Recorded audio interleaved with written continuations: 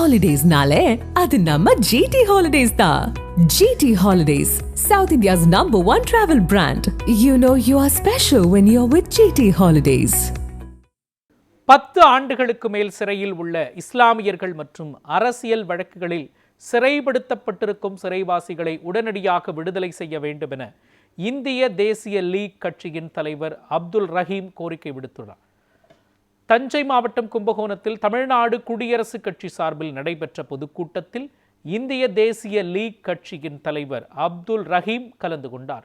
தொடர்ந்து செய்தியாளர்களுக்கு பேட்டியளித்த அவர், தடா பொடா போன்ற சட்டங்கள் ரத்து செய்யப்பட்ட பின்னரும் அதன் அடிப்படையில் பதிவு செய்யப்பட்ட வழக்குகள் இன்றும் நடைபெற்று வருவதாக குற்றம் சாட்டினார். 10 ஆண்டுகளுக்கு மேல் சிறையில் உள்ள ஆயுதனை மற்றும் விசாரணை சிறைவாசிகளை விடுதலை செய்ய கோரியும் என்ஐஏ போன்ற புலனாய்வு அமைப்புகள் அத்துமீறி தமிழக காவல்துறையை மதிக்காமல் அத்துமீறி விசாரணை சோதனை என்று நடத்துவதை கண்டித்தும் தடா பொடா போன்ற வழக்குகளே நீக்கப்பட்ட பிறகும் அந்த சட்டத்தின் அடிப்படையில் இன்னும் பல வழக்குகள் தமிழ்நாட்டில் நடந்து வருவதை கண்டித்தும் மத்திய புலனாய்வு துறைகள் சிபிஐ என்ஐஏ எல்லாமே செயல்படுவதை கண்டித்து தான் இன்று மாபெரும் பொதுக்கூட்டம் நடத்த இருக்கின்றது.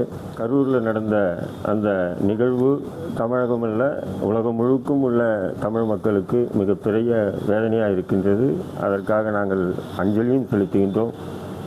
அதற்கு காரணமான நடிகர் விஜயை கைது செய்யாமல் தமிழக காவல்துறை ஏன் காலம் தாழ்த்துகின்றது என்று எனக்கு தெரியவில்லை.